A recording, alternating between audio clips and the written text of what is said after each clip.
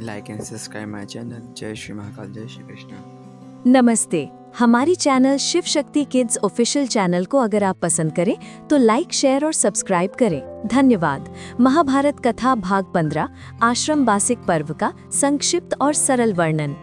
महाभारत कथा भाग 15 आश्रम वासिक पर्व, वृद्धों का वनगमन। कुरुक्षेत्र का महान युद्ध समाप्त हो चुका था। कौरव वंश लगभग नष्ट हो गया था। पांडवों ने धर्म के अनुसार राज्य की बागडोर संभाल ली थी। धृतराष्ट्र और गांधारी अपने 100 पुत्रों की मृत्यु से अत्यंत दुखी थे। विदुर और कुंती भी मन ही मन शांति की तलाश में थे। वृद्धों का निर्णय। एक दिन धृतराष्ट्र ने युधिष्ठिर से कहा, राजन, अब हमारा शरीर वृद्ध हो गया है। युद्ध के पश्चात जीवन का कोई उद्देश्य नहीं रहा। अब हम गृह त्याग कर वन में तप करने जाएंगे। तुम्हारे राज्य में रहकर हम भोग नहीं कर सकते। युधिष्ठिर ने विनम्रता से कहा, पितामह, यह राज्य आपका है। आप जहाँ चाहे रह सकते हैं। हमें त्याग कर मत जाइए। परंतु धृतराष्ट्र, गांधारी और कुंती का मन अब वैराग्य से भर चुका था। वे सब सत्य, तप और ध्यान के मार्ग पर चलना चाहते थे। वनगमन। एक शुभ दिन धृतराष्ट्र, गांधारी और कुंती ने साधु वेश धारण किया। युधिष्ठिर, भीम, अर्जुन, नकुल और सहदेव उनके चरणों में गिर पड़े। सब रोने लगे। गांधारी ने उन्हें आशीर्वाद दिया, तुम लोग धर्म का पालन करते हुए राज्य करो।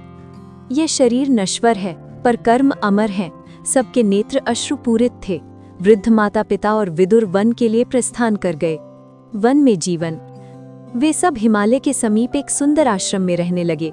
धृतराष्ट्र तपस्या करने लगे। गांधारी ने उपवास और ध्यान में मन लगाया। कुंती ने भी अपने दिन भक्ति और साधना में बिताए। विदुर ने पहले ही सब सांसारिक बंधनों को त्याग दिया था और एक दिन ध्यान में लीन होकर शरीर छोड़ दिया। वनदा, अग्नि द्वारा देह त्याग। समय बीतता गया। एक दिन जंगल में भयानक अग्नि लग गई।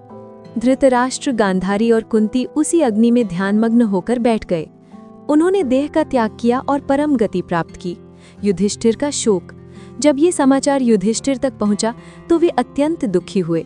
उन्होंने ऋषि नारद से उनके मोक्ष का समाचार सुनकर मन को स्थिर किया।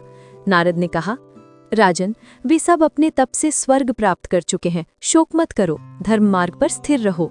संदेश। आश्रम वासिक पर्व हमें ये सिखाता है कि जीवन का अंतिम लक्ष्य आत्म शांति और मोक्ष है। वैराग्य, क्षमा और धर्म पालन ही सच्ची साधना के मार्ग हैं। नमस्ते। हमारे channel Shiv Shakti kids official channel को अगर आप पसंद करें तो लाइक, शेयर और सब्सक्राइब करें। धन्यवाद। Thanks for watching my video. जय श्री महाकाल, जय श्री कृष्णा।